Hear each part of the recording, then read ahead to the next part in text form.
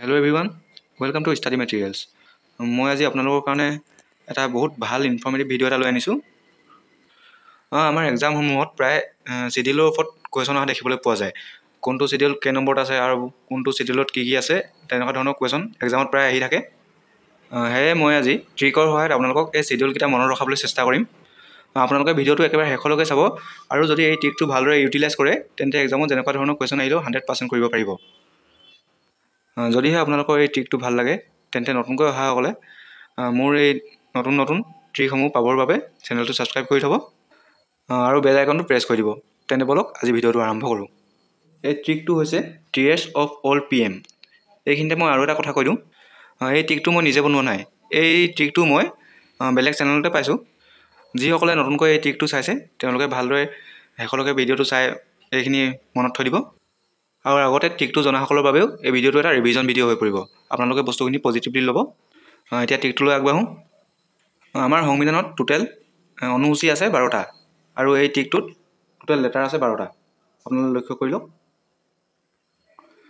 টিয়েৰ্ছ of all PM মানে all PMৰ টিয়েৰ্ছ মানে চকুলো। ইয়াত ফাৰ্ষ্ট লেটাৰ T মানে হৈছে টেৰিটৰিজ এণ্ড ষ্টেটছ, মানে ফাৰ্ষ্ট চিডিউলত টেৰিটৰিজ আৰু ষ্টেটৰ বিষয়ে উল্লেখ আছে। ইয়াৰ বিষয়ে আছে ফাৰ্ষ্ট চিডিউলত, সেইকাৰণে টি লেটাৰটো ফাৰ্ষ্টতে লৈছোঁ। ছেকেণ্ড লেটাৰ ই মানে হৈছে অমলিউমেণ্টছ, মানে হৈছে দৰমহা। এই ছেকেণ্ড চিডিউলত প্ৰেছিডেণ্ট, গভৰ্ণৰ, চিফ জাজ ইত্যাদিসকলৰ দৰমহা পাতিৰ বিষয়ে উল্লেখ আছে ছেকেণ্ড চিডিউলত। থাৰ্ড লেটাৰ এ মানে হৈছে এফ্ৰিমেশ্যন এণ্ড অথ। অথ মানে শপতনামা নহয় জানো? ইয়াৰ মিনছ থাৰ্ড চিডিউলত মেম্বাৰ অফ লেজিছলেচাৰ, তাৰপিছত মিনিষ্টাৰ, জাজ আদিসকলৰ শপতনামাৰ বিষয়ে উল্লেখ আছে। থাৰ্ড। এতিয়া 4 নম্বৰত আছে আৰ লেটাৰটো। আৰ লেটাৰটোৰ মিনিং হৈছে ৰাজ্যসভাৰ চিট এল'কেশ্যন। ৰাজ্যসভাৰ চিট এল'কেশ্যনৰ বিষয়ে ফ'ৰ্থ চিডিউলত উল্লেখ আছে। Fourth schedule. 5 নম্বৰ চিডিউলত আছে চিডিউল এৰিয়াৰ বিষয়ে। এইটো আছে 5 নম্বৰ চিডিউলত।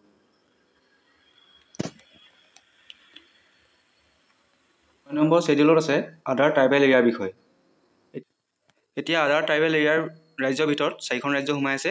এই 4খন ৰাজ্য মনত ৰখাৰ ট্ৰিকটো হৈছে ATM মণি। এ মানে হৈছে আছাম, টি মানে ত্ৰিপুৰা, এম মানে মেঘালয় আৰু মণিৰ এম মানে হৈছে মিজোৰাম। মণিৰ এম মানে হৈছে মিজোৰাম। এই চিডিউলটো আমাৰ কাৰণে এটা ইম্পৰ্টেণ্ট চিডিউল হৈ পৰে, যিহেতু ইয়াত আছামৰ বিষয়ে উল্লেখ আছে।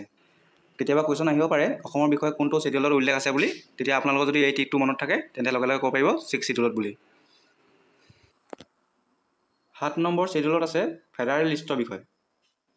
7th। ইয়াৰ মানে হৈছে ইউনিয়ন লিষ্ট, ষ্টেট লিষ্ট আৰু কনকাৰেণ্ট লিষ্টৰ মাজত পাৱাৰ ডিষ্ট্ৰিবিউশ্যনৰ বিষয়ে উল্লেখ আছে। 8 নম্বৰ চিডিউলত আছে অফিচিয়েল লেংগুৱেজৰ বিষয়ে। এইটো এটা ইম্পৰ্টেণ্ট হয়। টোটেল অফিচিয়েল লেংগুৱেজ কেইটা জানেনে? টোটেল অফিচিয়েল লেংগুৱেজ হৈছে 22টা, 22। তাৰপিছত 9 নম্বৰ চিডিউলত আছে লেণ্ড ৰিফৰ্মৰ বিষয়ে। এই বিষয়ে আছে 9 নম্বৰ চিডিউলত। 10 নম্বৰ চিডিউলত কিহৰ বিষয়ে আছে জানেনে? 10 নম্বৰ চিডিউলত আছে এণ্টি ডিফেকশ্যন লৰ বিষয়ে। ইয়াৰ বিষয়ে আছে 10th চিডিউল। তাৰপিছত 11 নম্বৰ চিডিউলত আছে পঞ্চায়তৰ বিষয়ে আৰু 12 নম্বৰ চিডিউলত আছে মিউনিচিপালিটিৰ বিষয়ে। ইয়াৰ বিষয়ে আছে 11 নম্বৰ চিডিউলত, ইয়াৰ বিষয়ে আছে 12 নম্বৰ চিডিউলত। এতিয়া হৈ গ'ল গোটেইখিনি, আকৌ এবাৰ চাই লওক। টিয়েৰ্ছ অফ অল PM মই যেনেকৈ ক'লোঁ তেনেকৈ এবাৰ বহি লিখি ল'ব আৰু এনেকৈ মনত ৰাখি পিনি প্ৰেক্টিছ কৰিলে আপোনালোকে ধুনীয়াকৈ এক্সামত আনচাৰ দিব পাৰিব। চাওক, সকলোখিনি বস্তু আপোনালোকে হাৰ্ড ষ্টাডি কৰি পিনি মনত ৰাখিব নোৱাৰে। যিখিনি বস্তু মনত ৰাখিব নোৱাৰে সেইখিনি আপোনালোকে স্মাৰ্ট ষ্টাডি কৰি পিনি ট্ৰিকৰ সহায়ত মনত ৰাখিবলৈ চেষ্টা কৰিব। জিকে পাৰ্টটো হৈছে এটা হিউজ পাৰ্ট। ইয়াত আপোনালোকে এটা টপিকৰ ওপৰত বহুত বেছি সময় অতিবাহিত কৰিব নোৱাৰে। এতিয়া ট্ৰিকটো হৈ গ'ল, এইখিনি এবাৰ চাই লওক আপোনালোকে। তাৰপিছত ওপৰত কেইটামান কুৱেশ্যন থৈছোঁ, সেইকেইটা আনচাৰ দিবলৈ চেষ্টা কৰিব। হৈ গ'ল। এতিয়া কুৱেশ্যনকেইটালৈ আগবাঢ়োঁ। ফাৰ্ষ্ট কুৱেশ্যনটো হৈছে the first schedule of the Indian constitution deals with. সংবিধানৰ প্ৰথম অনুসূচীত কিহৰ বিষয়ে উল্লেখ আছিলে বাৰু? এইমাত্ৰ আপোনালোকে পালেই ইয়াৰ আনচাৰটো জনাওক। তাত কেৱল ইউনিয়ন টেৰিটৰিজৰ বিষয়ে উল্লেখ আছিলে জানো? ফাৰ্ষ্ট চিডিউলত আছিলে টেৰিটৰিজ আৰু ষ্টেটৰ বিষয়ে। এইখিনি যিহেতু আপোনালোকক এবাৰ বুজাই দিলোঁ, সেয়ে বেছি সময় নলৈ পটাপট নেক্সট কুৱেশ্যনলৈ আগবাঢ়োঁ। ছেকেণ্ড কুৱেশ্যনটো চাওক। The 11th schedule of the Indian constitution deal with. ভাৰতৰ সংবিধানৰ 11 নম্বৰ অনুসূচীটোৱে কিহৰ লগত ডিল কৰে? ইয়াৰ ভিতৰত কিহৰ কথা আছে মানে 11 নম্বৰত কোনটো লেটাৰ আছিলে বাৰু আপোনালোকৰ মনত আছেনে? আকৌ এবাৰ চাই লওক। 11 নম্বৰত পি লেটাৰটো আছিলে, এইটো দেখিছে, এই লেটাৰটো আছিলে 11 নম্বৰত। আৰু পি মানে কি আছিলে বাৰু? পি মানে কি আছিলে?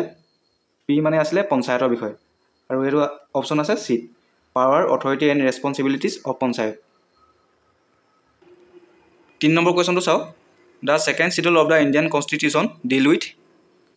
কুৱেশ্যনটোত অকণমান টাইপিং মিষ্টেক হৈ আছে, মই এইটো কাৰেক্ট কৰি দিছোঁ ৰ'ব। এইটো ছেকেণ্ড নহয়, থাৰ্ড হ'ব লাগিছিলে। এতিয়া কওক, থাৰ্ড শিডিউলত কিহৰ বিষয়ে আছে?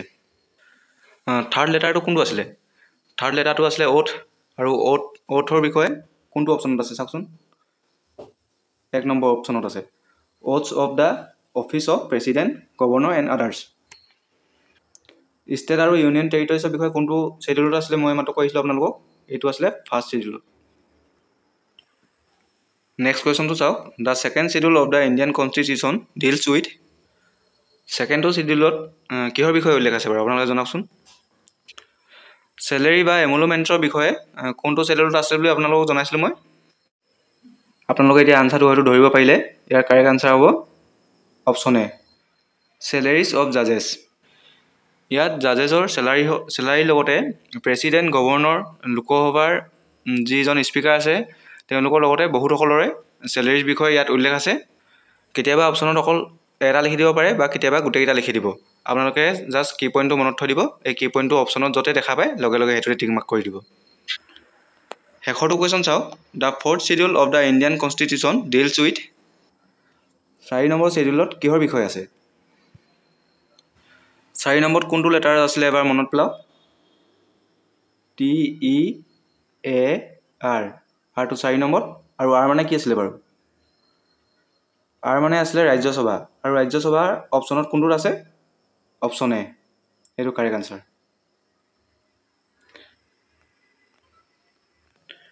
তেনে বন্ধুসকল, আজি ভিডিঅ'টোত ইমানখিনি আছিলে। আশা কৰোঁ ভিডিঅ'টো আপোনালোকৰ কাৰণে লাগতিয়াল হ'ব। যদিহে ভিডিঅ'টো চাই ভাল পালে তেন্তে নতুনকৈ অহাসকলে চেনেলটো ছাবস্ক্ৰাইব কৰি দিব আৰু ভিডিঅ'টো শ্বেয়াৰ কৰি এই চেনেলটো গ্ৰ' হোৱাত অকণমান সহায় কৰিব বুলি আশা কৰিলোঁ। তেন্তে আকৌ নতুন ভিডিঅ' লগ পাম। ধন্যবাদ।